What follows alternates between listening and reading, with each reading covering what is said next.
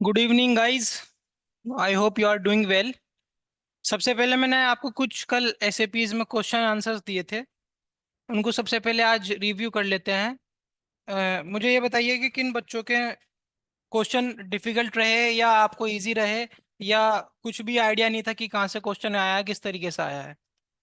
Sir थोड़ा zoom कर लीजिए, पेपर को जूम कर लीजिए। ठीक है, वहाँ ठीक। प्लस वहाँ प्लस का साइन है वहाँ पर। अब ठीक है।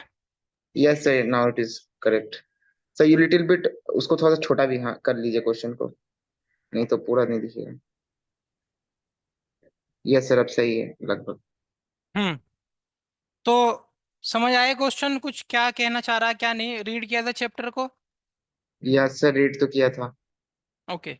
सबसे पहले जो क्वेश्चन आता है वो ये आता है कि the philosophy underlying the Indian constitution was embodied quite early in the objective resolution.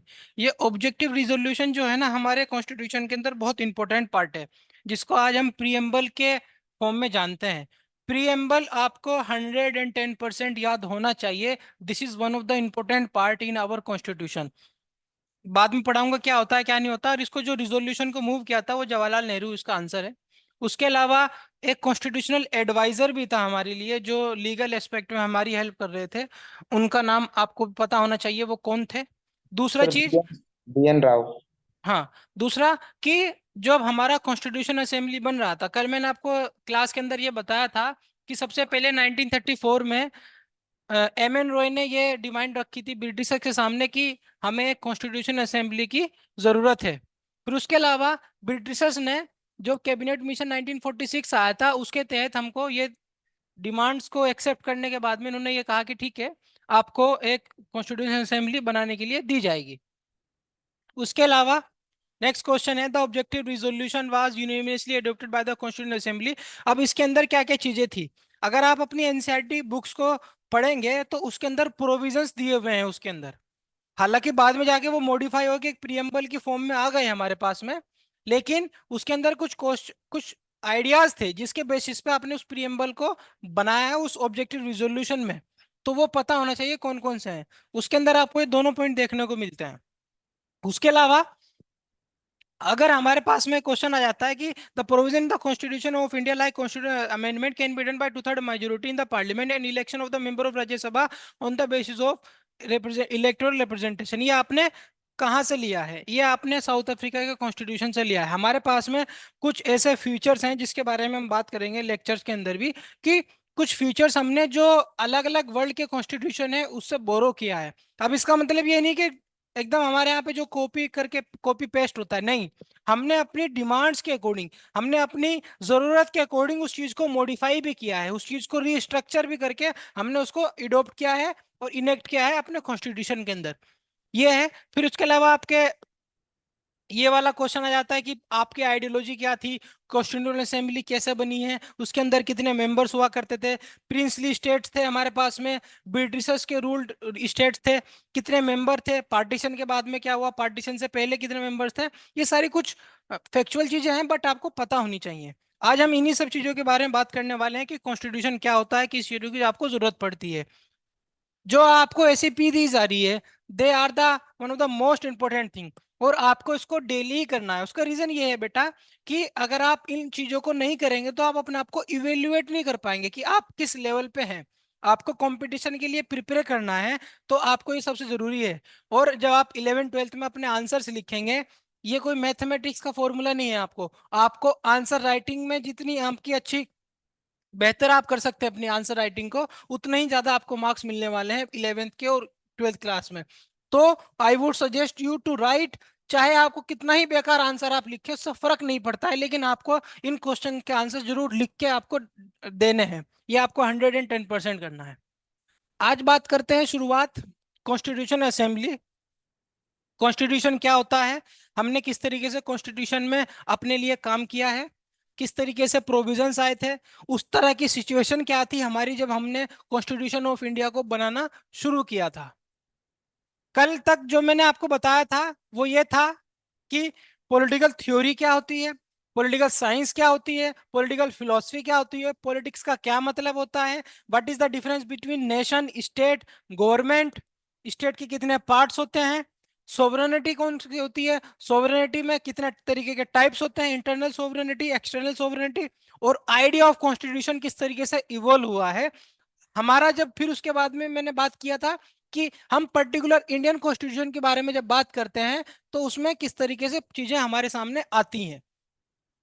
अब कल एक बच्चे ने सवाल ये किया था, मतलब उसका ये मानना था कि अच्छा एक चीज और है, सोशल साइंस के अंदर सबसे अच्छी इसकी खूबसूरती और सबसे आप कुछ लोगों को लग सकता है कि इसके अंदर कुछ एक कंक्रीट आंसर आपका जवाब नहीं हो सकता कि इस 2+2 4 हो गया, ये कंक्रीट है, इसमें कुछ आप चेंजेस नहीं कर सकते हैं। लेकिन सोशल साइंस के अंदर एक्स पर्सन क्या मानता है, वाई पर्सन क्या मानता है, दोनों की बातें सही हो सकती हैं। यानी आपके यहाँ पे रिफॉर्म्स का, डिबेट्स का, एनालाइज करने का हमेशा से एक स्कोप रहता है। कोई भी चीज सोशल साइंस के अंदर परफेक्ट नहीं होती है, किसी का भी आंसर एक तरीके से पूरी तरीके से ठीक नहीं हो सकता और किसी का भी आंसर पूरी तरीके से गलत नहीं हो सकता है। इस बात को आपको ध्यान रखना है, स्पेशली सोशल साइंस जब आप पढ़ते हैं। अब उसके बाद में बात आती है कि हम सोशल साइंस के बारे में जब बात करते हैं उसके अंदर ये जानना जरूरी है कि आपको दूसरे के आइडियाज को रेस्पेक्ट करना बहुत जरूरी है। सोशल साइंस इस तरह से चलता है, फॉर एग्जाम्पल मैंने कहा कि एक्स कंपनी का मोबाइल अच्छा है, मान लीजिए एप्पल का मोबाइल अच्छा है, सामने वाला बोलेगा कि नहीं माइक्रोसॉफ्ट का मोबाइल अच्छा है, वो कुछ अपने पॉइंट्स बताएगा, कुछ मैं अपने पॉइंट्स बनाऊंगा, तो इन दोनों के जो टॉक होगा उससे एक नई चीज निकल के आएगी। तो सोशल साइंस हमेशा इस तरह चलता है, कुछ पॉइंट्स हैं, कुछ उसके अगेंस्ट में है, कुछ फिर इन दोनों के बीच में टकराव होगा, जो एक नई चीज निकल के आएगी उसको आप सिंथेसिस बोलते हो। तो हमेशा सोशल साइंस इस बेसिक के एस्पेक्ट पे चलती है, यहाँ पे आपको दूसरे के आइडियाज को टॉलरेट करने का, रेस्पेक्ट करने का और उसको सुनने का आपके पास में पूरा का पूरा ये आपके अंदर नेचर होना चाहिए आपके अंदर। ऐसा नहीं कि भाई हमारी ही बात ठीक है, वो यहाँ पे चलने वाली बात नहीं होगी। अब बात आती है बेसिक फंक्शंस कि हमने जब कॉन्स्टिट्यूशन बना लिया उसके अंदर फंक्शंस किस तरीके के होंगे। कॉन्स्टिट्यूशन हमारे लिए ऐसा क्या करता है जिसके थ्रू हम इतने बड़े देश के अंदर जहां पे इतनी ज्यादा लैंग्वेजेस बोली जाती हैं, इतने तरीके के कल्चर हैं, इतने तरीके के फूड्स हैं, इतने तरीके के रिलीजन हैं, अलग अलग एक्सपेक्ट को, लेकिन सिर्फ एक चीज हम सबको कंबाइन करके रखती है, that is constitution of India. ऐसी इसके अंदर कौन सी बात है या ये कॉन्स्टिट्यूशन ऑफ इंडिया असल में करता क्या है जिसके थ्रू हम ये सब चीजों को इतना इंपॉर्टेंस देते हैं। सबसे पहले बात आती है functions of constitution. First function क्या है?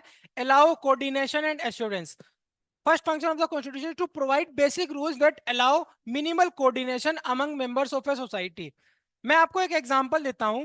हमारे घर के अंदर 4-5 फैमिली मेंबर होते हैं या 10-12 फैमिली मेंबर होते हैं, जिसके घर पे फैमिली होती है, उनके अंदर ही इतनी ज्यादा लड़ाई हो जाती है कि नहीं तुमने मेरी बात नहीं मानी या तुमको मेरी माननी पड़ेगी।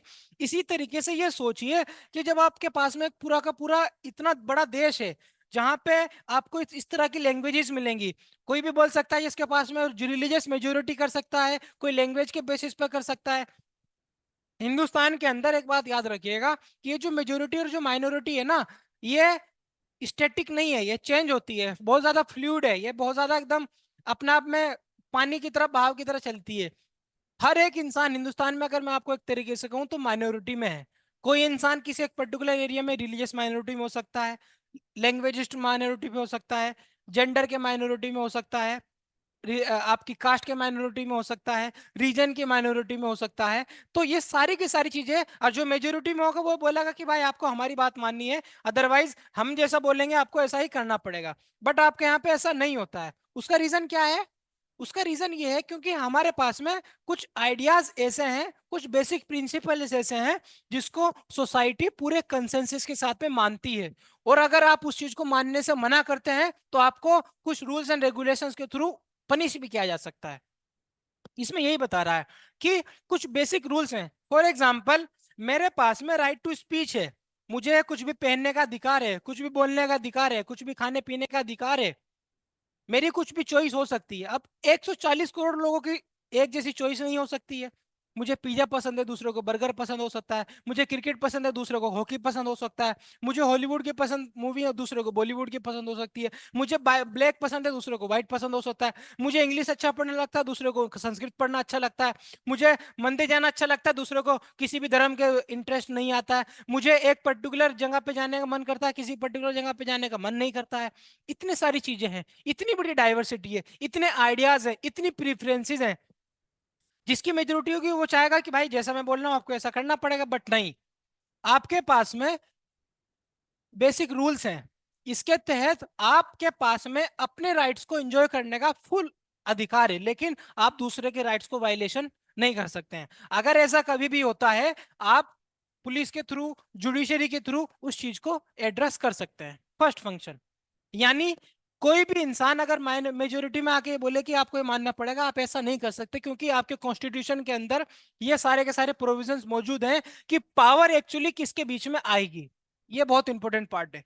Second part, second part of a constitution is to specify who has the power to make decision in a society, decide how the government will be constituted। अभी हमारे यहाँ पे इलेक्शन हुआ, हमने 5 साल के लिए सरकार को अपनी पावर्स दे दी। मैंने आपको कल भी कहा था, सरकार इसमें जो सिम पड़ा हुआ है इस तरीके से आपके लिए एक सर्विस प्रोवाइडर का काम करती है। आपको इसकी पॉलिसीज अच्छी नहीं लग रही हैं, आप इसको चेंज कर सकते हो। हमने सरकार को पावर दे दी है गवर्नमेंट को बनाने की, लेकिन इसका मतलब ये नहीं है कि सरकार जो चाहे वो कर सकती है। कैसे? फॉर एग्जाम्पल, हमारे पास में अलग अलग तरीके से इश्यूज आते हैं कि हमारे चीजों को किस तरीके से हमें हैंडल करना है, किस तरीके से चीजों को हैंडल नहीं करना है। जैसे कि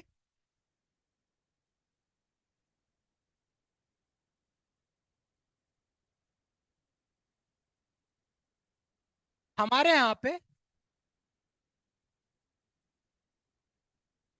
पार्लियामेंट्री सिस्टम है, पार्लियामेंट्री फॉर्म ऑफ गवर्नमेंट। अभी इसके बाद में पार्लियामेंट्री का मतलब क्या होता है, प्रेसिडेंट का मतलब क्या होता है, वो मैं आपको आने वाले टाइम में बताऊंगा। यहाँ पे क्या होता है, हम मेंबर ऑफ पार्लियामेंट चुनते हैं। इन मेंबर ऑफ पार्लियामेंट में से हमारे यहाँ पे एक प्राइम मिनिस्टर चुना जाता है। बेसिक रूल ये है। अभी आपके यहाँ पे इलेक्शन हुए, आपने 5 साल के लिए पावर ट्रांसफर कर दी अपनी, बट इसका मतलब ये नहीं है कि ये सरकार जो चाहे वो कर सकती, नहीं। आपके कुछ फंडामेंटल राइट्स हैं, आपकी कुछ चीजें हैं जो कि सरकार के ऊपर लिमिट लगाती हैं कि भाई आप इसके तेज से ज्यादा बाहर काम नहीं कर सकते। फॉर एग्जाम्पल, मैंने ये इस कलर का कपड़ा पहना हुआ है, कोई किसी को व्हाइट कलर पसंद है, कल को सरकार बोल दे कि व्हाइट कलर पहनना बैन है, ऐसा नहीं हो सकता, क्योंकि आपके पास में उतनी पावर नहीं है, आपके पास में लिमिटेड पावर्स हैं। कॉन्स्टिट्यूशन के अंदर कुछ राइट्स दिए हैं हमें सिटीजन्स को, जिसको आप बोलते हो फंडामेंटल राइट्स। दूसरी चीज, अक्सर ऐसा होता है कि हम जो नेशन होता है या जो स्टेट होता है और जो गवर्नमेंट होता है उसको एक ही मान लेते हैं, बट बल्कि ये गलत है। या नेशन बोल दें, अगर हम गवर्नमेंट के अगेंस्ट में कुछ बात कर रहे हैं तो वो इसका मतलब ये नहीं कि हम नेशन के अगेंस्ट में बात कर रहे हैं। हमें ये समझना पड़ेगा कि क्रिटिकल अंडरस्टैंडिंग होना किसी भी चीज की बहुत जरूरी होती है। कंस्ट्रक्टिव क्रिटिसिज्म आप देते हैं। अगर मैं ये बोलूं कि भाई आपने मेरे खिलाफ कुछ, मेरे टीचर को बोला कि सर आप एक पर्टिकुलर वे में पढ़ाते हैं, मैं आपको इस दूसरे पर्टिकुलर वे में ज्यादा समझ में आता है, और मैं आपको बोल दूं कि आपने पूरे टीचर्स का सम्मान का जो है उसको गलत तरीके से किया है, आपने एजुकेशन सिस्टम के खिलाफ बोला, ऐसा नहीं है। इसी तरीके से जब आप गवर्नमेंट को क्रिटिसाइज करते हो, इसका मतलब ये नहीं कि आपने स्टेट के खिलाफ कुछ बात कही, यानी आपने अपने देश के लिए कुछ गलत बात नहीं कही है। आपके पास में ये राइट है कि आप गवर्नमेंट को, जुडिशरी को कंस्ट्रक्टिव वे में क्रिटिसाइज कर सकते हो। और जुडिशरी या गवर्नमेंट या कोई भी एग्जीक्यूटिव, जुडिशरी, लेजिस्लेचर आपके खिलाफ कोई भी एक्शन नहीं ले सकती है, लेकिन वो क्रिटिसिज्म जो होना चाहिए पॉजिटिव होना चाहिए, कुछ भी स्कैंडलस नहीं होना चाहिए, कुछ भी क्राइम के नजर में नहीं आना चाहिए। आपके जो लॉज हैं उसके अकॉर्डिंग आपकी चीजें होनी चाहिए। तो सेकंड फंक्शन ये है, आपको हर बार हर 5 साल के अंदर आपकी गवर्नमेंट बनाने का मौका मिलता है, चाहे वो लोकल गवर्नमेंट हो, चाहे वो स्टेट की गवर्नमेंट हो, और चाहे वो आपकी नेशनल गवर्नमेंट हो। तो अब उसके बाद में प्रेसिडेंट भी होता है हमारे यहाँ पे। प्रेसिडेंट भी बोल सकता है कि भाई हटो, जब मैं हूं, प्राइम मिनिस्टर को कोई काम नहीं है, प्राइम मिनिस्टर बोल सकता है कि भाई तुम क्या हो, हम हटाएंगे। लेकिन नहीं, प्रेसिडेंट को क्या करना है, प्राइम मिनिस्टर को क्या करना है, चीफ मिनिस्टर को क्या करना है, वार्ड के एक मेंबर को क्या करना है, मेयर को क्या करना है, आपके जो चेयरमैन होते हैं उनको क्या करना है, सबकी पावर्स डिफाइन है कॉन्स्टिट्यूशन के अंदर, कोई भी एक दूसरे से बाहर नहीं निकल सकता है। अगर हम देखें तो गवर्नमेंट के या स्टेट के तीन ऑर्गन्स होते हैं, आप हमेशा याद रखना, इसको सेपरेशन ऑफ पावर भी बोलते हैं, जो आने वाले टाइम में पढ़ेंगे, what is called separation of power, ये बहुत चेक एंड इंपॉर्टेंट है। Balance. Sorry, sir system of check and balance. हाँ, सेपरेशन ऑफ पावर, पहला क्या होता है, लेजिस्लेचर, एग्जीक्यूटिव, जुडिशरी, इनको चीज तीनों को लिख लीजिए, मैं आपको बता रहा हूँ क्या। लेजिस्लेचर का मतलब क्या होता है, टू मेक लॉज, इनको लिखिए आप लोग। एग्जीक्यूटिव का मतलब क्या होता है, टू इम्प्लीमेंट। जुडिशरी का मतलब क्या होता है, टू एडजुकेट और to decide that everything is going on, everything done according to the constitution. मैंने आपको एक एसएपी के अंदर क्वेश्चन भी दिया था कि फाइनल इंटरप्रिटेशन का पावर किसके पास में है, कि कॉन्स्टिट्यूशन क्या होगा क्या नहीं होगा, वो आपका जुडिशरी, जुडिशरी में भी आपका सुप्रीम कोर्ट। तो इसी को आप सेपरेशन ऑफ पावर बोलते हो। इसको सबसे पहले मोंटेस्क्यू ने दिया था, जो कि एक अपने आप में फ्रेंच फिलोसफर है।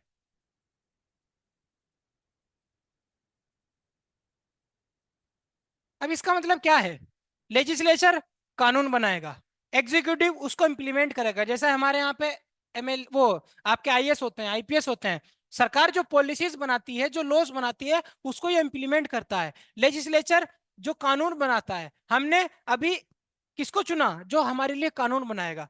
एग्जीक्यूटिव का काम ये होगा। जुडिशरी ये देखता है कि ये दोनों के दोनों अंग सही तरीके से काम कर रहे हैं या नहीं कर रहे हैं, और कोई भी चीज, कोई भी कानून, कोई भी ऐसा रूल ना लेके आए जो कि हमारे कॉन्स्टिट्यूशन के अगेंस्ट में हो। फॉर एग्जाम्पल, कल को एक लॉ ऐसा बन जाता है कि भाई व्हाइट कपड़ा पहनना मना है, या कोई एक डीएम एक ऐसा ऑर्डर कर देता है कि भाई जब तक इलेक्शन चलेंगे कोई भी बाहर लोग कभी भी 5 से ज्यादा लोग इकट्ठा ना हो किसी भी टाइम पे, तो आप इसको सुप्रीम कोर्ट में डायरेक्ट चैलेंज कर सकते हैं, क्योंकि आपका फंडामेंटल राइट का वायलेशन हो रहा है। तो जुडिशरी का ये काम है। अब इन तीनों की पावर्स जो हैं वो अलग अलग डिवाइड है। ऐसा क्यों किया हमने, पावर को कॉन्स्टिट्यूशन के अंदर मेंशन क्यों किया। सपोज करिए कल को ये बोले लेजिस्लेचर, फॉर एग्जांपल, कि भाई ऐसा है, हो गया तुम्हारा बहुत, अब हम सारा का सारा काम अब हम करेंगे, अब हमारे कुछ नहीं चाहिए, तब ये अपने आप को सबसे मोस्ट पावरफुल बना सकता है। ये भी एग्जीक्यूटिव भी ये कर सकता है, जुडिशरी भी ये बोले कि तुमसे कुछ नहीं होता है, मैं सब कुछ करूंगा, बट नहीं, इनके बीच में क्लियर कट सेपरेशन है कि ये इसका काम इतना है, इसका काम इतना है। इससे क्या होता है, आपके यहाँ पे चेक एंड बैलेंसेस आते हैं, और अगर ऐसा नहीं होगा तो क्या होगा, आपके देश की जो डेमोक्रेसी है उसको डेंजर होता है।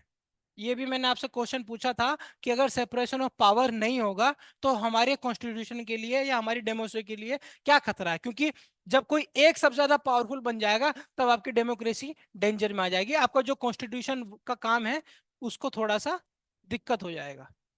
अब वापस चलते हैं दोबारा से अपनी चीजों पे, क्या बोल रहा है। Second function of a constitution to specify who has the power to make decision in a society decides how the government will be constituted. सरकार किस तरीके से बनेगी। Third function, set limits on a government can impose on citizens. These limits are fundamental that the government can never trespass them. Right to speech, right to freedom, right to life, they cannot be taken away by the government under any circumstances. Even on the emergency भी अगर लग जाएगी तब भी आपके साथ में कुछ ऐसे राइट्स हैं जो कि सरकार आपसे कभी भी नहीं छीन सकती है। Fourth sir function, right to freedom of speech जो है वो आर्टिकल 352 के हिसाब से लिया जाएगा। सॉरी, सर आर्टिकल 352 के हिसाब से क्या हम राइट टू वो फ्रीडम को छीन सकते हैं? राइट टू फ्रीडम को छीन नहीं सकते हैं। राइट टू फ्रीडम के ऊपर आप सिर्फ रेस्ट्रिक्शंस लगाते हैं, छीनने का कहीं सवाल नहीं आता। जैसे मतलब आर्टिकल 352 आपका अप्लाई होता है, आर्टिकल 359 के अंदर ये होता है कि आर्टिकल 19 ऑटोमेटिकली सस्पेंड हो जाता है। आप उसको छीन नहीं सकते, छीनने का मतलब है कि आपने वापस ले नहीं ले सकते, वो सिर्फ सस्पेंड हुआ है। जैसे ही आपकी 300 आर्टिकल 52 वाली इमरजेंसी खत्म होगी, वो दोबारा से रीस्टोर हो जाएंगे। लेकिन आर्टिकल 2021 को आप ना तो सस्पेंड कर सकते हो, ना कभी ले सकते हो, इमरजेंसी किसी भी तरीके की हो, but article 2021 can not be suspended even during the emergency period time. अब उसके बाद में फोर्थ फंक्शन, पहले के कॉन्स्टिट्यूशन में क्या होता था, जैसे मैंने आपको बताया था कि भाई सिर्फ फंक्शन ये रहता था कि गवर्नमेंट को काम कैसे करना है, राजा को किस तरीके से काम करना है। लेकिन फोर्थ फंक्शन में हमने ये काम किया कि भाई ऐसा नहीं है, आपके पास में कुछ पावर्स ऐसे भी होने चाहिए जिसके थ्रू आप सिटीजन्स को प्रोस्पेरस होने का, उनको अपनी क्षमताओं को अच्छे से यूटिलाइज करने का पावर मिलना चाहिए। उसके बाद में fourth function of a constitution to enable the government to fulfil the aspirations of society and create conditions for a just society. अब इसका मतलब क्या होता है? फॉर एग्जांपल, हमारे यहाँ पे कास्ट डिस्क्रिमिनेशन सदियों से चलता हुआ आ रहा है, वुमेन डिस्क्रिमिनेशन या जेंडर डिस्क्रिमिनेशन,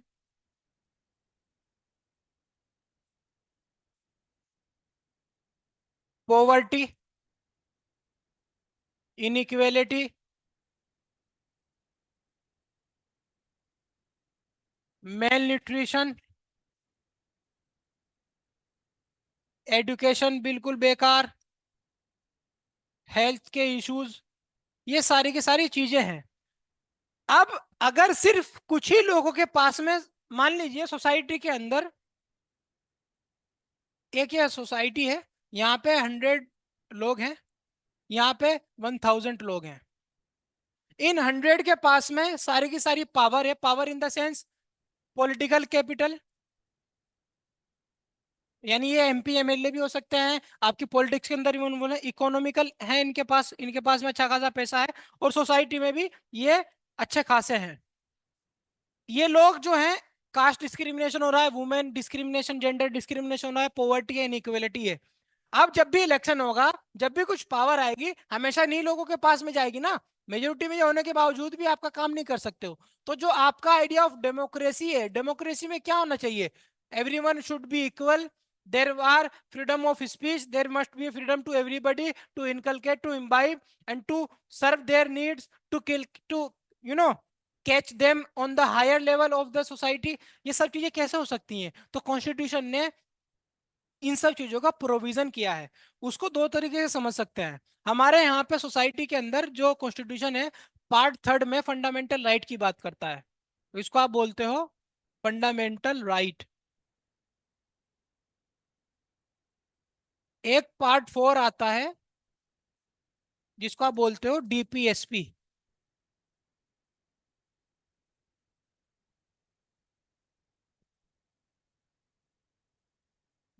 डीपीएसपी का मतलब होता है डायरेक्टिव प्रिंसिपल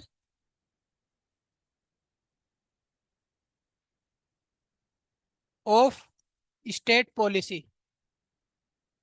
इनके बारे में कुछ चीजें लिख लीजिए।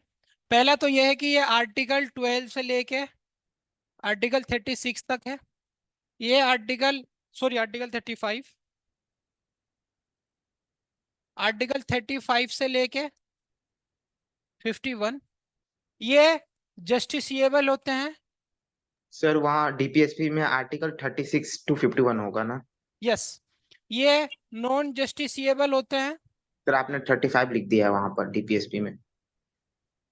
ओ सॉरी, नॉन जस्टिसिएबल होते हैं। ये स्टेट को मोरली ड्यूटी बाउंड करते हैं कि आप इनके लिए पॉलिसी बनाएं। ये एक तरीके से नेगेटिव राइट्स हैं, क्योंकि ये स्टेट के अगेंस्ट में आप इनसे क्लेम कर सकते हो। ये आपके पॉजिटिव राइट्स हैं, इनको आप लिखते रहिए। अब इनका मतलब क्या होता है? फंडामेंटल राइट्स के बारे में बात करेंगे, पहले डीपीएसपी के बारे में बात करते हैं। पॉवर्टी खत्म करनी है, जेंडर इक्वलिटी लेके आनी है, एजुकेशन के बारे में बात करना है, आपका एनवायरनमेंट पूरी तरह से सुरक्षित हो, लोगों को काम जो मिलता है वो अच्छा मिले, लोगों की इनकम अच्छी हो, लोगों को खाने का पानी पीने का, लोगों की एजुकेशन अच्छी हो, लोगों की हेल्थ अच्छी हो, उसके लिए सरकार काम करेगी, सरकार पॉलिसीज बनाएगी, रोजगार से लेके बच्चों की हेल्थ को लेके सारी की सारी कवर एस्पेक्ट आता है इसके फोर्टिकल पार्ट फोर्थ डीपीएससी के अंदर। इसी को बोलते हैं directive principle of state policy. ये नॉन जस्टिसिएबल है। अगर आपको कोई भी फंडामेंटल राइट का वायलेशन होता है आप डायरेक्ट जा सकते हो high court, article 226, supreme court article 32। लेकिन यहाँ पे आप अगर इसके ऊपर कोई भी आपको चीजें नहीं हो रही हैं तो आप कोर्ट में डायरेक्ट नहीं जा सकते हो। तीसरा, ये क्या करता है, कोई भी सरकार आती है उसको मोरली ड्यूटी बाउंड करती है कि आप इन सब आर्टिकल्स के अंदर जो जो चीजें मेंशन है उसके ऊपर पॉलिसीज बनाइए, लॉज बनाइए, ताकि आप सोसाइटी के अंदर जो जस्ट सोसाइटी की बात करते हैं, जो हमने कॉन्स्टिट्यूशन के अंदर वो देखा है सपना, एक जस्ट सोसाइटी बने जहाँ पे कोई डिस्क्रिमिनेशन ना हो, जहाँ पे कोई इनइक्वलिटी ना हो, जहाँ पे कोई वायलेंस ना हो, जहाँ पे किसी बच्चे को हेल्थ की वजह से कोई दिक्कत ना हो, एजुकेशन की वजह से किसी बच्चे को बाहर ना काम करना पड़े। इन सब सारे एस्पेक्ट्स को आपने पार्ट फोर्थ के अंदर कवर किया है। और ये हिंदुस्तान के कॉन्स्टिट्यूशन की खूबसूरती है कि हमने जो पास्ट के अंदर किसी भी तरीके का डिस्क्रिमिनेशन हुआ है, किसी भी तरीके का इंजस्टिस हुआ है, वो चाहे कास्ट को लेके हो, चाहे वो जेंडर को लेके हो, चाहे वो रिलीजन को लेके हो, चाहे वो आपके रीजन को लेके हो, चाहे वो लैंग्वेज को लेके हो, उन सब चीजों को हमने कैटर करने के लिए कुछ स्पेशल प्रोविजंस बताए हैं, ताकि हम अपनी सोसाइटी के अंदर सब लोगों को जब इक्वलिटी देंगे तो सोसाइटी आपकी जो डेमोक्रेसी है वो सेव रहेगी। इसी के सर, बारे में आप जो जी। कॉन्स्टिट्यूशन मेकर्स थे उन्होंने डीपीएसपी को नॉन जस्टिसेबल क्यों रखा? जस्टिसेबल रख देते, इंडिया की हाँ, प्रॉब्लम खत्म हो वेरी जाती। गुड, ऐसा क्यों दिस नहीं इज अ किया? Really nice question, let me tell you. अब सवाल ये आया कि हमने डीपीएसपी को नॉन जस्टिसिएबल क्यों बनाया, यानी अगर आपको एजुकेशन नहीं मिल रही है, अब तो फंडामेंटल राइट है, लेकिन अगर उस टाइम पे आपको एजुकेशन नहीं मिल रही है तो आप कोर्ट में जाके क्यों नहीं क्लेम कर सकते हो कि भाई हमको ये चाहिए। सबसे बड़ा रीजन था आपको उसके लिए, हिंदुस्तान जब कॉन्स्टिट्यूशन बना रहा है तो उसका बैकग्राउंड समझना पड़ेगा क्या चल रहा है। हमारे यहाँ पे क्या हुआ है, पार्टीशन, पार्टीशन की वजह से बहुत ज्यादा ब्लड शेड हुआ है। ब्लड शेड के साथ साथ आपकी जो इकोनॉमी है ना, आपका वार भी हुआ था कश्मीर को लेके, तो आपकी इकोनॉमी पूरी तरीके से कोलैप्स कर चुकी है। आपकी स्टेट के पास में इतने रिसोर्सेज नहीं है कि उन सब चीजों को आप अभी कैटर कर सको। तीसरा, रिफॉर्म्स लाने के लिए आपके पास में अभी बेटर मैकेनिज्म नहीं है जिसके थ्रू आप उन सब चीजों को करेगो। सबसे बड़ा पॉइंट है आपके पास में कैपिटल ही नहीं है। भाई आप एजुकेशन में बना रहे हैं, आप अस्पताल बनाएंगे, उसके लिए क्या चाहिए, आपको पैसा चाहिए, आपके पास पैसा ही नहीं है। अब आपको लोगों को खाना देना है, खाने के लिए पैसा नहीं है। तो अगर आपने इन सब चीजों को उस टाइम पे जस्टिसेबल बना दिया, सरकार तो बस इसी चक्कर में रहेगी कि भाई कल को चला गया कि मुझे खाने को नहीं मिला, कल को चला गया कि मुझे एजुकेशन नहीं मिली, मुझे बुखार आया मुझे दवाई नहीं मिली।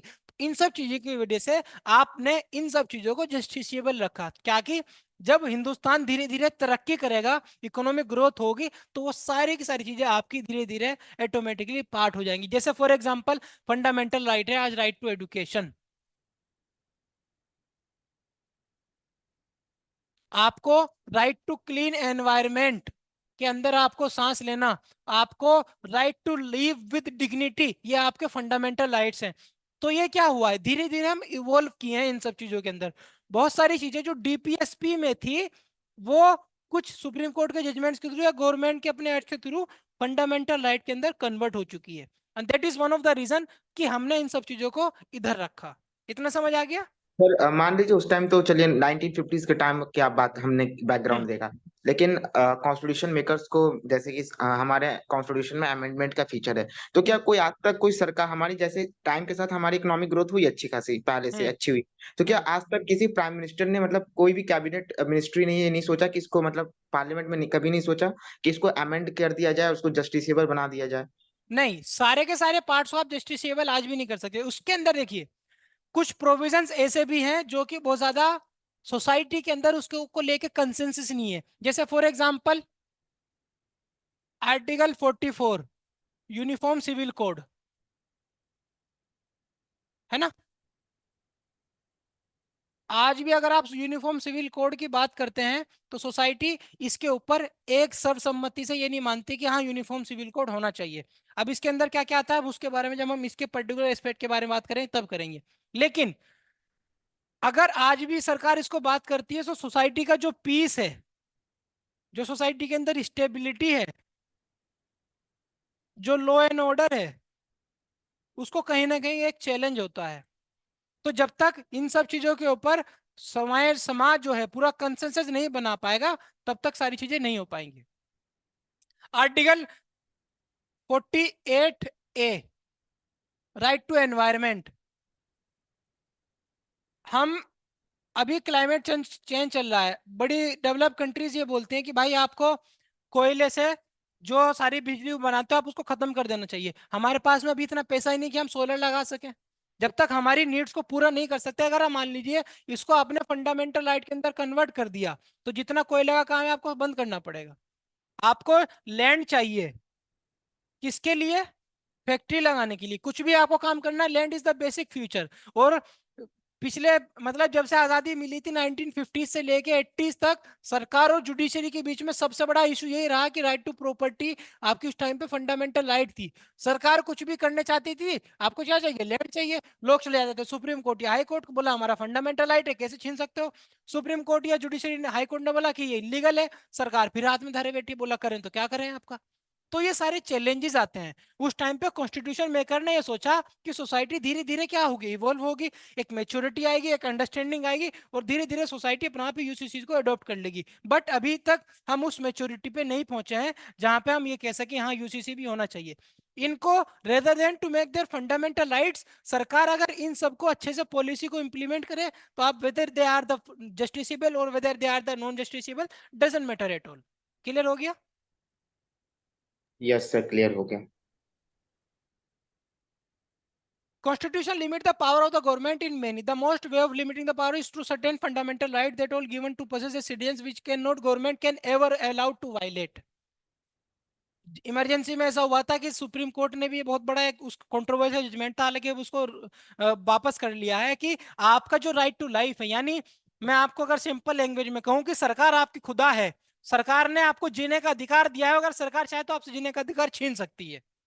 तो सुप्रीम कोर्ट ने उस टाइम पे इस एडीएम जबलपुर केस में हाँ कर दिया था कि हाँ सरकार के पास में ये राइट है। लेकिन जैसे ही सरकार नहीं आई उसने बोल दिया कि किसी भी कंडीशन के अंदर राइट टू लाइफ आप कभी भी छीन नहीं सकते हो। हाँ, अगर किसी ने क्राइम किया है, जैसे कैपिटल पनिशमेंट क्या होता है, फांसी देते हो आप किसी की जान ले रहे हो, लेकिन वो अगर rare of the rarest case है, सुप्रीम कोर्ट बोलता है अपने जजमेंट में, अगर rare of the rarest case है जो कि बहुत ज्यादा खतरनाक है तो उस केस में आप फांसी दे सकते हो, अदरवाइज हर केस में आपको फांसी भी नहीं मिल सकती आज। तो ये चीजें हैं, सरकार आपसे सारे फंडामेंटल राइट को कभी भी नहीं छीन सकती है।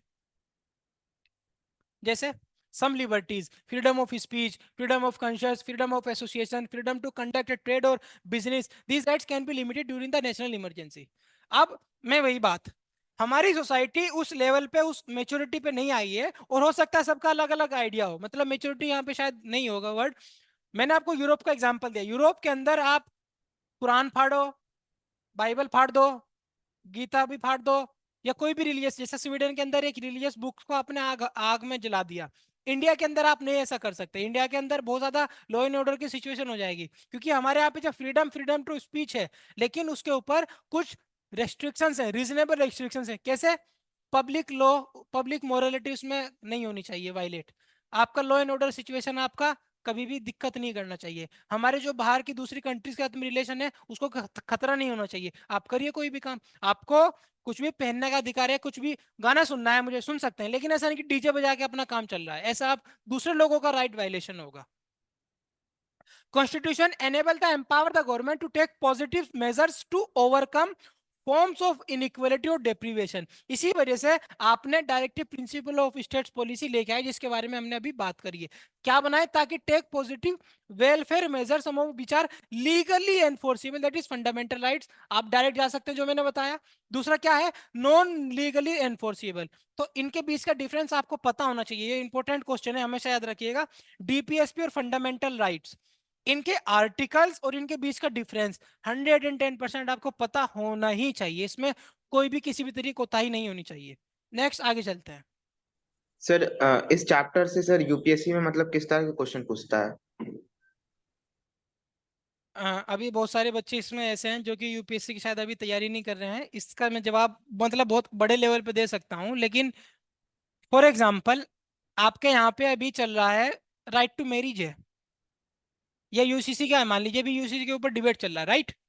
Yes question sir. पूछ लिया जाएगा, what are the should uniform civil code be introduce in India और not, what do you think about this? तो यूपीएससी में आप कैसे बोल सकते हैं? सबसे पहले उसका आंसर कि ये पॉजिटिव है या ये नेगेटिव है। आप वे फॉरवर्ड में भी लिख सकते हैं कि हमें यूसीसी जब तक लागू नहीं करना चाहिए तब तक सोसाइटी के अंदर एक कंसेंसस ना बन के आ जाए। समझ आ गया? Yes sir. उसके अलावा एक बहुत इंपॉर्टेंट पार्ट है हमारा, हमारा जो कॉन्स्टिट्यूशन है ना, वो सिर्फ आपकी ऐसा नहीं कि आपको राइट्स दे दिए, बल्कि एक फंडामेंटल आइडेंटिटी बनाता है, individual identity, collective identity, moral political identity, moral identity. आपको क्या करना है क्या नहीं करना है, क्या गलत है क्या गलत नहीं है, आपको अपने आप को इंडिविजुअल किस तरीके से काम करना है, आपकी इंडिविजुअल आइडेंटिटी क्या है, आपकी कलेक्टिव आइडेंटिटी जब आप सोसाइटी में आते हो तो किस तरीके से आपको काम करना है, आपकी पॉलिटिकल आइडेंटिटी किस तरीके से सेल होगी, ये सारी की सारी चीजें हमारे कॉन्स्टिट्यूशन से इवोल्व होती हैं। ये बहुत इंपॉर्टेंट पार्ट है, क्योंकि हमारे कॉन्स्टिट्यूशन के अंदर आपकी कास्ट, आपका रिलीजन, आपका आपका क्लास, आपका रीजन, आपकी लैंग्वेज, आपका culture doesn't matter at all. You are the citizen of this country.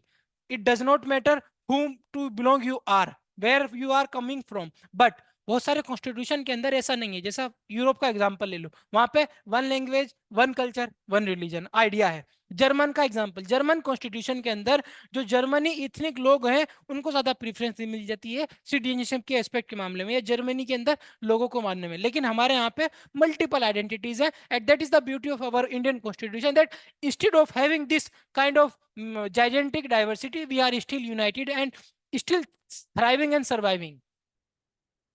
India constitution. अब बात आती है कुछ आपकी क्या बोलते हैं फैक्चुअल चीजों की।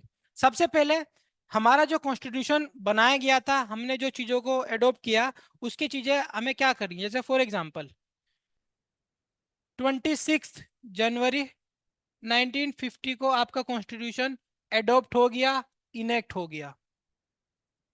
1949 में कॉन्स्टिट्यूशन कंप्लीटली बन गया था 26 नवंबर में, बट आपने 26 जनवरी रखा क्योंकि आपने 1930s में 26 जनवरी में एक लाहौर के अंदर सेशन रखा था, जिसकी वजह से आपने ये डेट रखी। दूसरा चीज, दिसंबर 1946 में आपकी पहली मीटिंग होती है, 9 दिसंबर आई थिंक है, जहां पे आप कॉन्स्टिट्यूशन असेंबली की फर्स्ट मीटिंग रखते हो। उसके अंदर आप ये डिसाइड करते हो कि आपका कॉन्स्टिट्यूशन किस तरीके से बनेगा। तीसरी चीज, इसके ऊपर आ जाते हैं।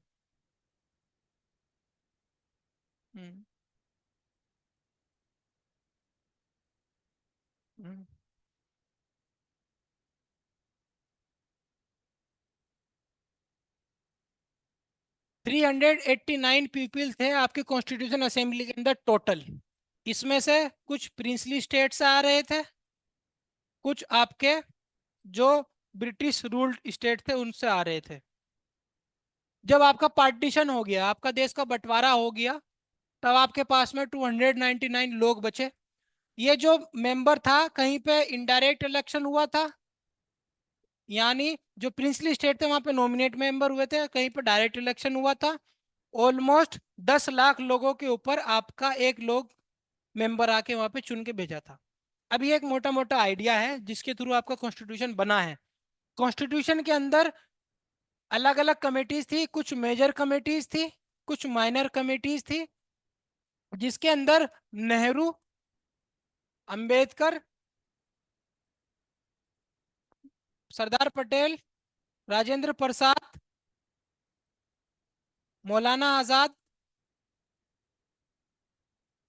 सर्वपल्ली राधाकृष्णन, अली अय्यर, बहुत सारे लोग ऐसे हैं जिन्होंने एक बहुत इंपॉर्टेंट कंट्रीब्यूशन दिया है। तो कॉन्स्टिट्यूशन ऐसा नहीं है, ऑलमोस्ट हमें 2 साल 11 महीने और 18 दिन लगे थे टोटल कॉन्स्टिट्यूशन को बनाने में। ये आपका फैक्चुअल पार्ट है, किस तरीके से आपका कॉन्स्टिट्यूशन पूरी तरीके से आज हम शेप में मिला है। इतना समझ आ गया? अब उसके बाद में आते हैं कॉन्स्टिट्यूशन बना किस तरीके से क्या है। India constitution was formally created by the Constitutional Assembly between December 1950 and November 1929. ये आइडिया है. Constitution itself was not subject to referendum. The people adopted it as their bound by abiding by the provision. यानी ऐसा नहीं कि आप referendum, क्या होता है रेफरेंडम, ऐसा होता है कि किसी भी एक चीज के ऊपर आपसे राय ली जाती है क्या ऐसा होना चाहिए या नहीं होना चाहिए. बेस्ट एग्जांपल है यूरोपियन यूनियन को. जब ब्रिटेन उससे बाहर निकला तो ब्रिटेन वाले लोगों के पास में एक सवाल आया, उसके ऊपर रेफरेंडम लिया इंग्लैंड ने कि हमें यूरोपियन यूनियन में रहना चाहिए या नहीं रहना चाहिए. आपको यस और नो में आंसर देना, ऐसा रेफरेंडम होता है. बट हमारे कॉन्स्टिट्यूशन में ऐसा कुछ नहीं है. पार्लियामेंट चाहेगी तो उसको चेंज कर सकती है, लेकिन विदाउट पार्लियामेंट आप उसके अंदर कुछ भी रेफरेंडम के थ्रू चेंज नहीं करा सकते हैं. ये आपको ध्यान रखना है. और ऐसा नहीं कि पार्लियामेंट को आप एकदम से कोई भी सरकार आके बदल देगी. आने वाले टाइम में हम बात करेंगे. बेसिक स्ट्रक्चर का आइडिया निकल के आता है जिसके अंदर सरकार पूरे कॉन्स्टिट्यूशन को, कोई भी सरकार दुनिया के अंदर कोई ताकत ऐसी नहीं है कि पूरे कॉन्स्टिट्यूशन को पूरी तरीके से बदल के रख दे. No constitution by itself achieve perfect, but it has to convince people that it provides the framework for pursuing basic justice. आपको एक बात हमेशा याद रखनी है, जब हमारा कॉन्स्टिट्यूशन बन के तैयार हो गया था तो डॉक्टर भीमराव अंबेडकर ने, जो father of constitution, Indian constitution बोले जाते हैं, उन्होंने एक बात कही थी, कितना भी अच्छा कॉन्स्टिट्यूशन आप बना के रख दो, अगर वहां के लोग अच्छे नहीं है तो वो कॉन्स्टिट्यूशन बेकार है. कितना भी कॉन्स्टिट्यूशन बेकार आप बना लो, लेकिन अगर आपके लोग अच्छे हैं तो आपका कॉन्स्टिट्यूशन बहुत अच्छा है. यानी कहने का मतलब क्या है, आपके अंदर कॉन्स्टिट्यूशनलिज्म की पावर आनी चाहिए. कॉन्स्टिट्यूशनलिज्म का मतलब क्या होता है, आप कॉन्स्टिट्यूशन के प्रति पूरी तरीके से श्रद्धा रखें. आपकी आइडेंटिटी आपके कॉन्स्टिट्यूशन से आ रही है. आपकी मल्टीपल आइडेंटिटीज हैं. आप किसी पर्टिकुलर रिलीजन से आते हैं, किसी पर्टिकुलर जेंडर से आते हैं, किसी पर्टिकुलर लैंग्वेज से आते हैं, किसी पर्टिकुलर इथनिसिटी से आते हैं, कास्ट से आते हैं, रीजन से आते हैं. Does not matter at all you, but what your constitution allows you to do, you must abide by the constitution of this country. Otherwise आप बोलें कि नहीं, मेरी जात का होना चाहिए, मेरे धर्म का होना चाहिए, मेरी लैंग्वेज का होना चाहिए, then the society is going to collapse. So that's the point कि कॉन्स्टिट्यूशनलिज्म होना चाहिए, कॉन्स्टिट्यूशनल मॉरलिटी आपको अडॉप्ट करनी चाहिए. आपकी सोसाइटी के अंदर कुछ मॉरल्स होते हैं ना, आपको ऐसा नहीं करना चाहिए, ऐसा नहीं करना चाहिए. इसी तरीके से अगर आपको एक अच्छा नागरिक बनना है, उसकी क्या डेफिनेशन है, मेरे हिसाब से जो आपका हिंदुस्तान का कॉन्स्टिट्यूशन बोलता है क्या करना चाहिए क्या नहीं करना चाहिए, that is the best identity of your being Indian. No constitution sir by itself, वही आइडिया. द सर मोर, जी सर ये एनसीईआरटी में एक है कि European Union once tried to make a European constitution but they failed, what was about it? Sorry. Sir NCERT में मतलब दिया हुआ है कि यूरोपियन यूनियन जो है, सर उसने एक बार ट्राई किया था कि एक पूरी यूरोप की एक कॉन्स्टिट्यूशन बनाई जाए, लेकिन वो उनका वो अटेम्प्ट फेल गया. ये क्या था मतलब? नहीं, यूरोपियन यूनियन का अपना एक कॉन्स्टिट्यूशन है. कॉन्स्टिट्यूशन से कहने का मतलब ये है कि वो फेल हो गए थे, बट उनका एक कॉमन पार्लियामेंट है. अभी परसों इलेक्शन हुआ है, वहां पे रिजल्ट आए हैं, यहाँ पर अगर न्यूज पे देख रहे हो. यूरोपियन पार्लियामेंट का एक अपना कॉन्स्टिट्यूशन है. लुक, यूरोपियन, जब आप यूरोप को देखते हैं तो आपको यूरोप एक होमोजीनियस आइडेंटिटी में नहीं देख सकते हैं कि यूरोप आपको ऐसा, अच्छा मुस्लिम ऐसा या हिंदू ऐसा नहीं. उनके बीच में भी अलग अलग तरीके की डाइवर्सिटी हो सकती है. जो ईस्टर्न यूरोप है, वहाँ का जो तासीर है, वहाँ का जो नेचर है वो अलग तरीके का. जो वेस्टर्न यूरोप है, वहाँ का तासीर अलग तरीके का. ईस्टर्न यूरोप के अंदर आज बात करते हैं तो जो बाल्टिक कंट्रीज हैं, जो रशिया वाला पार्ट है, इसकी बात करते हैं. यहाँ पे जो नेचर है, अगर आप देखेंगे यहाँ पे ज्यादातर जो डेमोक्रेसी इतनी ज्यादा सर्वाइविंग पार्ट नहीं है. लेकिन जब आप वेस्टर्न सोसाइटी में जाते हैं तो डेमोक्रेसी, फ्रीडम, इक्वलिटी, वो ज्यादा इसके ऊपर फोकस करते हैं. तो मामला ये है कि कुछ आइडियाज को आप कॉमन मानते हैं, हो सकता है वो लोग, सारे लोग नहीं माने, but irrespective of everything, EU ने पूरी दुनिया के सामने एक ऐसा बेहतरीन उदाहरण रखा है, जिस तरह से हमने रखा है कि फर्स्ट वर्ल्ड वॉर भी वही होता है, सेकेंड वर्ल्ड वॉर भी वही होता है, इतनी ज्यादा मारकाट होती है, but in spite of everything they come together, they made themselves like one, and they have surviving and thriving as well. उसके अंदर बहुत ज्यादा खामियां हो सकती हैं, खामियां हर किसी के अंदर होती हैं, कोई चीज परफेक्ट नहीं होती है सोसाइटी के अंदर, कॉन्स्टिट्यूशन के अंदर, पॉलिटिक्स के अंदर, बट उन्होंने अपनी दुनिया को ये दिखाया है कि वार से काम नहीं चलेगा, पीस के थ्रू काम कर सकते हैं हम, और still you can work like a unity. 27 countries हैं उनके अंदर, it's not easy task, but still they are doing themselves. समझ आ गया? क्लियर है अयान? यस सर, क्लियर है. No constitution by itself. The more a constitution preserves the freedom, equality, its members, it's more likely to succeed.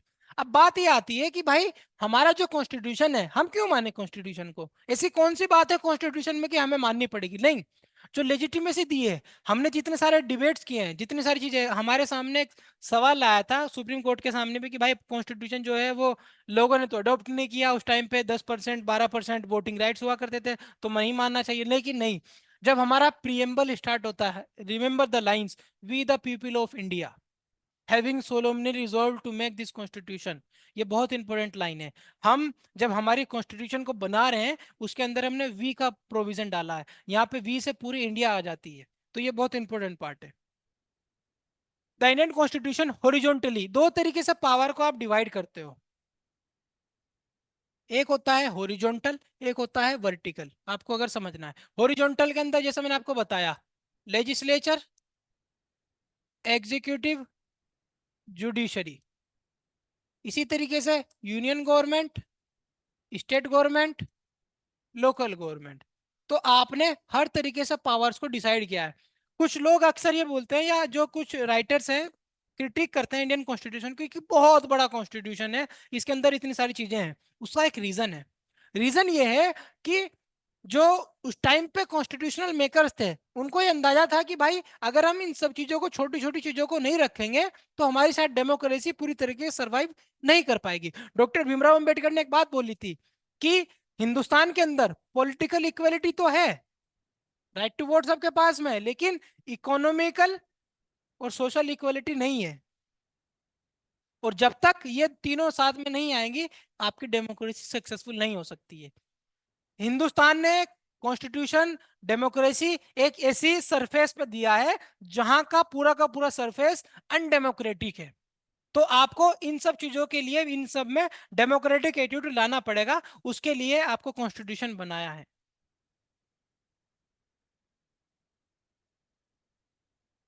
और हिंदुस्तान के साथ में इतनी सारी कंट्रीज इंडिपेंडेंट हुई, हिंदुस्तान के बाद भी इतनी सारी कंट्री इंडिपेंडेंस हुई, लेकिन जिस तरह की डेमोक्रेसी हमने प्रोवाइड करी है, सरवाइव कर रही है, अभी तक बहुत कम एग्जांपल देखने को मिलते हैं, यूरोप को अगर आप छोड़ दें। आर्टिकल 368 वही कि आप पार्लियामेंट को, पार्लियामेंट के पास में पावर है कि आप उसको चेंज कर सकते हैं, और ये आरडीएफ फ्यूचर हमने जो साउथ अफ्रीका कॉन्स्टिट्यूशन है वहां से लिया है। Indian constitution is describe as living document. What does it mean living document? क्यों बोल रहे हैं हम लिविंग डॉक्यूमेंट? मैंने आपको एग्जांपल दिया, education, fundamental right. Climate change हो रहा है, उससे बचने के लिए फंडामेंटल राइट। आपको क्लीन एनवायरनमेंट चाहिए, fundamental right. Secularism, basic structure of the constitution. Federalism, basic structure of the constitution. ये सारी की सारी चीजें आपको क्या बताती हैं कि इंडियन कॉन्स्टिट्यूशन कोई स्टैटिक चीज नहीं है, यानी जो लिख दिया वो नहीं, लगातार उसके अंदर इवॉल्व हो रहा है। जिस तरीके से आपकी चीजें बढ़ती जा रही हैं, प्राइवेसी की बात होती है, फंडामेंटल राइट।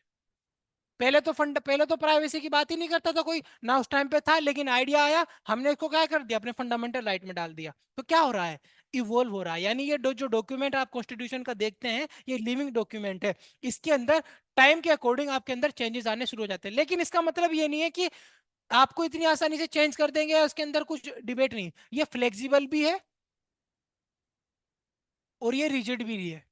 कुछ प्रोविजंस कॉन्स्टिट्यूशन में ऐसे हैं जिसको आप आसानी से चेंज कर सकते हैं, और कुछ प्रोविजंस ऐसे हैं जो कि बहुत ज्यादा रिजिड हैं, उनको आसानी से आप बिल्कुल भी चेंज नहीं कर सकते। फॉर एग्जांपल फंडामेंटल राइट, आपको इसके लिए 2/3 मेजोरिटी चाहिए, सिर्फ पार्लियामेंट में नहीं, बल्कि जो आपके स्टेट्स हैं वहां भी 2/3 मेजोरिटी। असेंबली, जो असेंबली मतलब स्टेट्स हैं, सिंपल मेजोरिटी के साथ में अगर 28 स्टेट है तो उसका 2/3 निकाल लो, उतने स्टेट से पास होना चाहिए, तब जाके आपका फंडामेंटल राइट चेंज हो सकता है। प्रेसिडेंट का इलेक्शन हो गया, फेडरलिज्म में कुछ स्ट्रक्चर में चेंज करना है, ये सारे के सारे किसका पार्ट होते हैं, रिजिड पार्ट होते हैं। फ्लेक्सिबल क्या है, कुछ भी नया स्टेट बना दिया, किसी को कुछ दो दोबारा से नया क्रिएट कर दिया।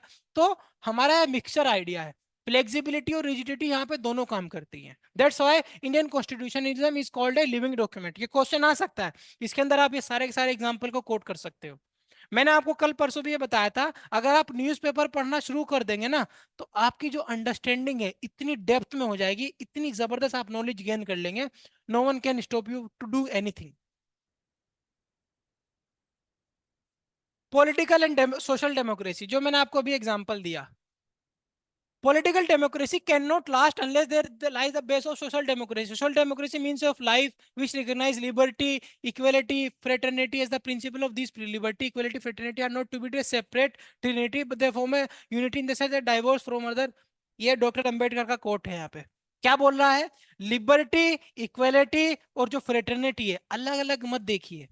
अगर आप इनको अलग अलग देखेंगे तो इनका पर्पस कभी भी अचीव नहीं हो सकता।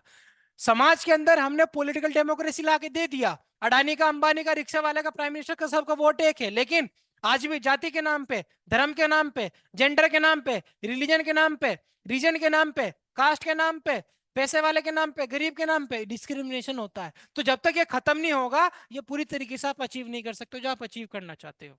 ये कहना चाह रहा है, और ये बहुत इंपॉर्टेंट कोट है, अपने आंसर में आप कभी भी इसको यूज कर सकते हैं।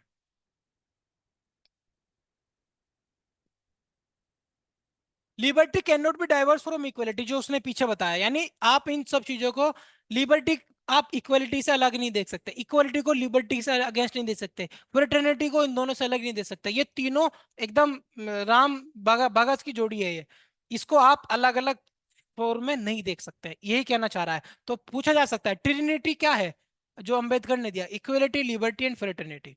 बात आती है हाउ कॉन्स्टिट्यूशन वाज मेड। ये बेसिक पार्ट है जिसके अंदर आपको ज्यादातर फैक्चुअल चीजें हैं। अनडिवाइडेड इंडिया के लिए बना, सबसे पहली मीटिंग कब हुई? 9 दिसंबर 1946। पहले प्रेसिडेंट कौन थे? डॉक्टर सचिदानंद सिन्हा। ये टेम्परेरी प्रेसिडेंट थे। बाद में जो परमानेंट प्रेसिडेंट बने कॉन्स्टिट्यूशन असेंबली के, वो डॉक्टर राजेंद्र प्रसाद थे।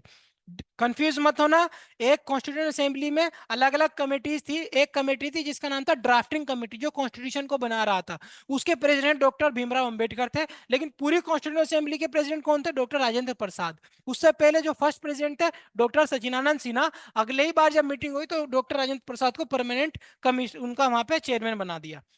हमने सबसे ज्यादा प्रोविजंस अपने कॉन्स्टिट्यूशन में कहां से लिया? अलग अलग कंट्री से लिए, लेकिन सबसे ज्यादा आपने लिए हैं constitution of India act 1935। Governor की पावर है, इमरजेंसी पावर है, सब ज्यादा यहां से लिया है आपने। डीपीएसपी के बारे में आपने यहां से लिया है।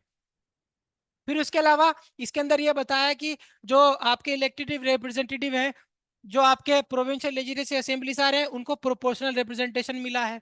सिंगल ट्रांसफरेबल वोट्स है। जो प्रिंसली स्टेट्स है वहां पे वही 1 लाख की पॉपुलेशन है। इसके थ्रू आपने क्या किया है? पूरी की पूरी कॉन्स्टिट्यूशन को पूरे देश में बांट दिया, जिसमें 389 मेंबर्स थे। पार्टीशन हो गया, 299 मेंबर्स आपके पास में रह गए। Sir what do mean by the single transferable votes? दो तरीके से वो होता है। एक होता है, इसको मैं हालांकि बाद में पढ़ाने वाला था, बट ठीक है आपने पूछ लिया तो। सिंगल ट्रांसफरेबल वोट, मान लीजिए एक इंसान है, इलेक्शन होते हैं अलग अलग तरीके से, उसको मान लीजिए हमें 50% वोट चाहिए। जब तक कोई 50% वोट नहीं लेके आएगा तो वो इलेक्शन नहीं जीत सकता। 4 कैंडिडेट हैं,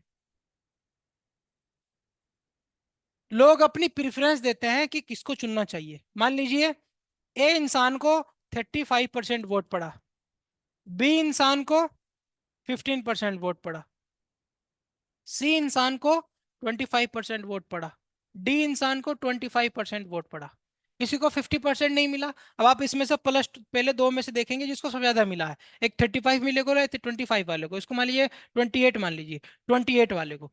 फिर 35 वाले और 28 वाले के बीच में इलेक्शन होगा। जब इन दोनों में से 50-50 किसी को नहीं मिला, बचे दो, इन दो के वोट इन दोनों को ट्रांसफर हो जाएंगे, और ये जब तक ट्रांसफर होते रहेंगे जब तक वो 50% अचीव नहीं कर लेता है।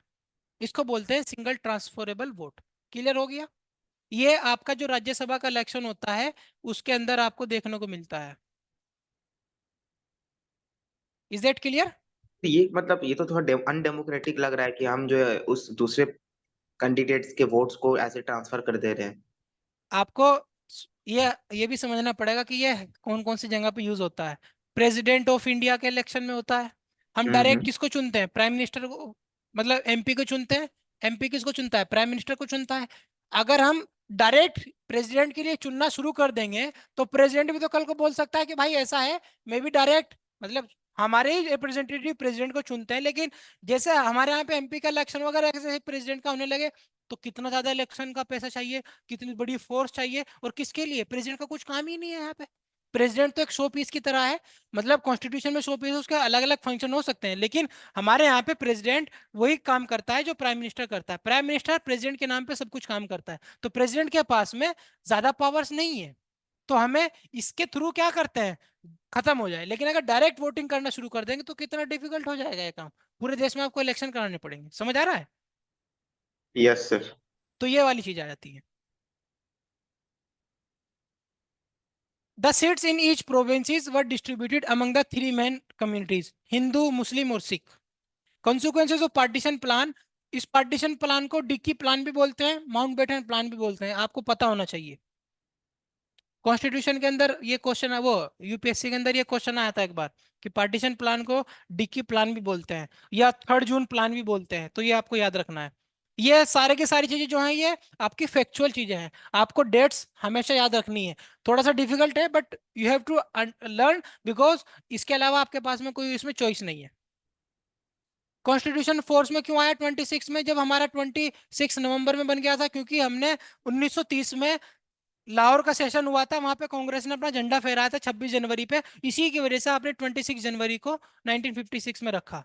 दूसरा, हम 26 जनवरी को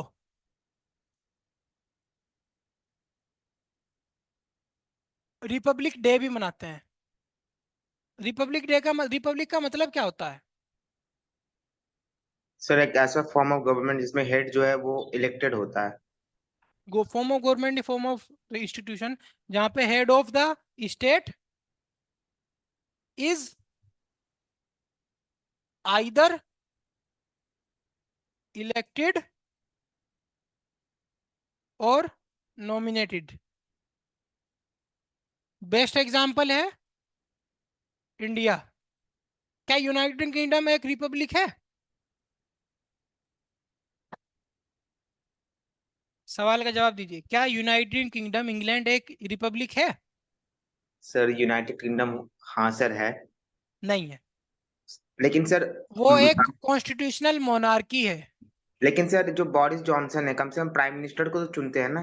बोरिस जॉनसन तो कब का जा चुका, अब तो ऋषि सुनाक प्राइम मिनिस्टर है, सर मैं उसने ऋषि भी। सुनक की बात हाँ, कर रहा हूँ, वो तो कम से कम वो तो इलेक्टेड है ना। हाँ, वो प्राइम मिनिस्टर है, लेकिन हेड ऑफ द स्टेट वहां पे कौन होता है? किंग होता है।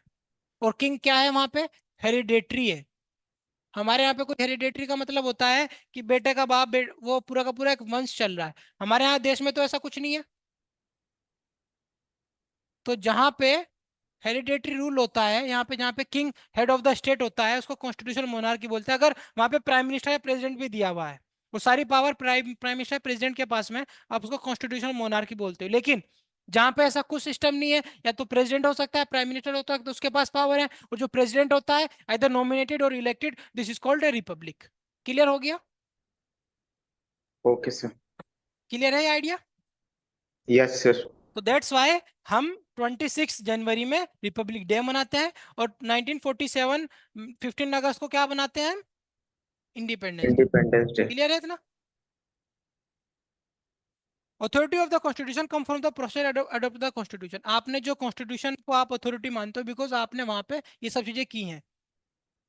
Each how close of the constitution, हाँ, ऐसा नहीं कि आपने कॉन्स्टिट्यूशन ये बना दिया, हर एक चीज के ऊपर छोड़ के कॉन्स्टिट्यूशन असेंबली में सिर्फ एक चीज के ऊपर कोई डिबेट नहीं हुआ, बिल्कुल, वो था आपका adult franchise, universal adult franchise, यानी हिंदुस्तान के हर एक सिटीजन को राइट टू वोट करने का अधिकार है। उस पर कोई डिबेट नहीं हुई, कोई भी रिलीजन है, कोई भी जेंडर है, सब में फर्क नहीं पड़ता, सबको राइट टू वोट अधिकार है। और ये उस टाइम पे बहुत ज्यादा रिवोल्यूशनरी चीज थी।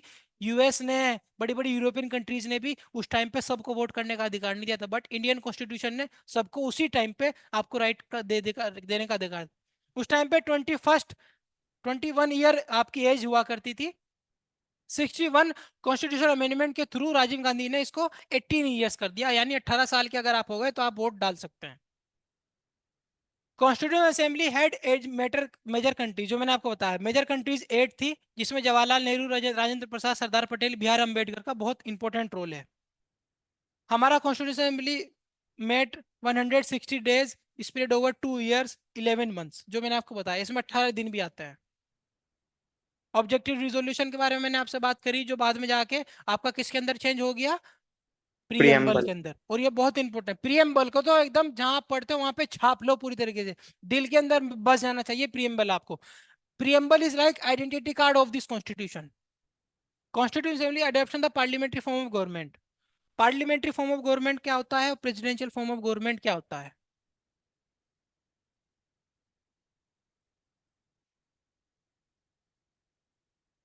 Parliamentary form of government, presidential form of government. Simple है, यहाँ पे प्रेसिडेंट के पास में पावर होती है और एग्जीक्यूटिव और लेजिस्लेचर के बीच में क्लियर कट डिवीजन देखने को मिलता है। यानी एग्जीक्यूटिव अलग है, लेजिस्लेचर अलग है, इनके बीच में कोई बात नहीं होनी, सारा का सारा काम कौन करेगा, प्रेसिडेंट। यहाँ पे प्राइम मिनिस्टर काम करता है और एग्जीक्यूटिव और लेजिस्लेचर के बीच में मिलके दोनों काम करते हैं। यहाँ पे एक टुगेदरनेस वाला काम है, लेकिन यहाँ पे एक वाटर कंपार्टमेंट, मतलब कोई डिवीजन इधर ना ये काम इसके अंदर ना इसके अंदर आएगा। इनका बेसिक डिफरेंस ये है। हमने पार्लियामेंट्री सिस्टम को अडॉप्ट इस वजह से किया क्योंकि इजी टू अंडरस्टैंड है हमारे लिए। हम पहले से इस चीज को करते हुए आ रहे हैं। सबसे ज्यादा वोट जिसको मिले हम एमपी बनाएंगे, एमपी में बना के प्राइम मिनिस्टर बना देगा। Framers of the constitution borrowed certain provisions from the अलग अलग कॉन्स्टिट्यूशन से ये हैं। Constitution first pass the post system, parliamentary form government, idea of rule of law, institution of speaker, rule making. United kingdom से क्या लिया, fundamental rights लिए, judicial review, independence of the judiciary, direct principle of state policy आपने Irish constitution से लिए हैं। Sir जो United states से हमने इंडिपेंडेंस और जुडिशली लिया, लेकिन मैंने शायद पढ़ा था कि वहाँ का जो प्रेसिडेंट होता है वो खुद वहाँ के सुप्रीम कोर्ट के जजेस को अपॉइंट करते हैं। यस, यू तो आर राइट। इस तो इससे इंडिपेंडेंस हम ले तो चीज इंडिपेंडेंस ऑफ जुडिशरी उनसे सीख रहे हैं, लेकिन वो खुद उनका इम्प्लीमेंटेशन नहीं है, ऐसा क्यों? हिंदुस्तान के अंदर भी 1990s तक जो अपॉइंटमेंट होती थी वो गवर्नमेंट करती थी। उसके बाद में एक कोलेजियम सिस्टम आया, इसके ऊपर आज भी बहस चलती है कि क्या जजेस को खुद से अपॉइंट करना चाहिए या नहीं करना चाहिए। बात आती है यूएस की। यूएस के अंदर क्लियर कट आइडियोलॉजिकल डिवाइड होता है, यानी जो जज होता है, सुप्रीम कोर्ट के जो जजेस होते हैं उनको डायरेक्ट प्रेसिडेंट चूज करता है। और यस, प्रेसिडेंट जिनको चूज करता है उनकी भी अपनी एक आइडियोलॉजी होती है। बट यहाँ पे ये समझना पड़ेगा कि व्हेन दे बिकम ए जज, उनकी क्या आइडियोलॉजी है, क्या मैटर है, वो प्रेसिडेंट के साथ में कोई वो नहीं रखेगा। उनकी अपनी एक आइडियोलॉजी हो सकती है, लेकिन प्रेसिडेंट ने ए जज को अपॉइंट कर दिया। अब प्रेसिडेंट इससे ये नहीं बोलेगा कि ए जैसे भाई मैंने तुम्हें अपॉइंट किया तुम मेरे लिए काम करो, नहीं, कि अब तुम मेरे हक में फैसला दो। मेरिट के ऊपर, केसेस के ऊपर बात होगी, जो जज को लगेगा उस टाइम पे वो करेगा। क्लियर हो गया? मतलब अपॉइंट तो अपने हिसाब से ला सकता है लेकिन हटा नहीं सकता। हटा नहीं सकता क्योंकि ये लाइफ टाइम के लिए, हिंदुस्तान के अंदर नहीं, लेकिन एक बार आपने जज बना दिया किसी को सुप्रीम कोर्ट का, मरने तक वो लाइफ टाइम मेंबर रहेगा वहां का, जो जज का। अगर आपके पास में सैलरी का भी दिक्कत नहीं है, हटा भी कोई नहीं सकता है, तो ऑटोमेटिकली आपके पास में क्या हो गया, इंडिपेंडेंस हो गया। क्लियर हो गया? Okay sir. ये अलग सर अलग और एक पावर्स चीज हैं। था, वो ब्रिटेन ब्रिटेन के कॉन्स्टिट्यूशन से और एक था, ऊपर कीजिए। हम्म। सर ये फर्स्ट पास्ट द पोस्ट क्या होता है? हमारे यहाँ पे इलेक्शन हुए। Yes sir. कैसे हुए? कैसे हुए फर्स्ट मतलब? Past the post system, A B C D E F G H I J K, इतने सारे कैंडिडेट हैं, 15 लाख वोटर्स हैं, ठीक है। ए इंसान को मिले 3 लाख वोट, बी इंसान को मिले 5 लाख वोट, सी इंसान को मिले 2 लाख वोट, बाकी सब इनमें बढ़ गया। सबसे ज्यादा वोट किसको मिला? बी को। विनर यही है, first pass the post system.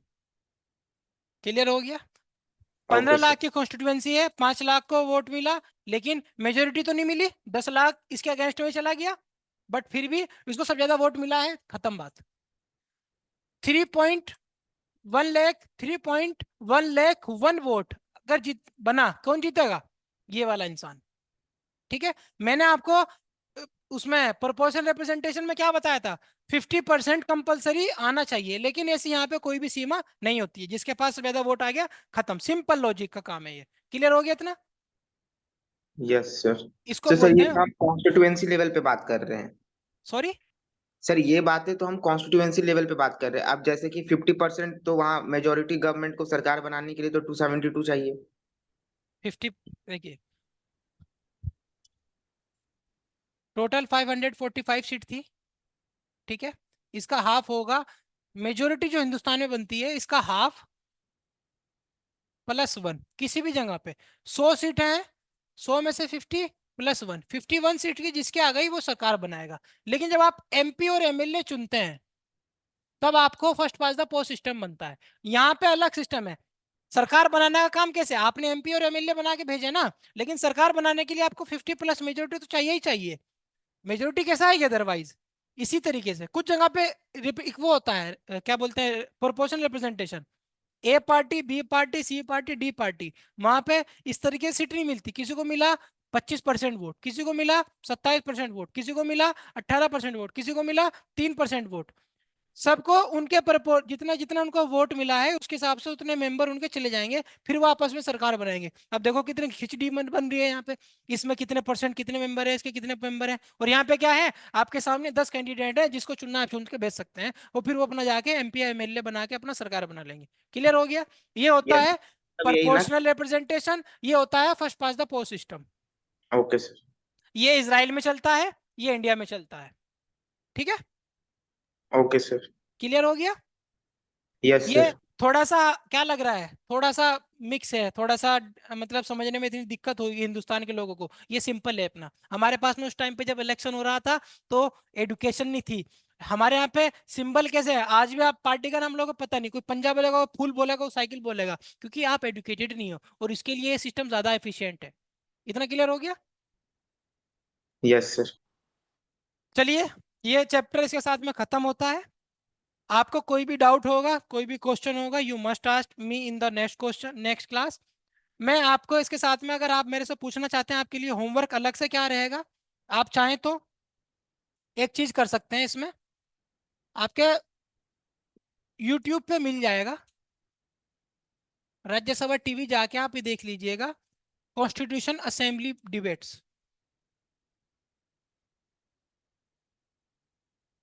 मैं आपको जब ग्रुप में भी डलवा दूंगा उसका लिंक।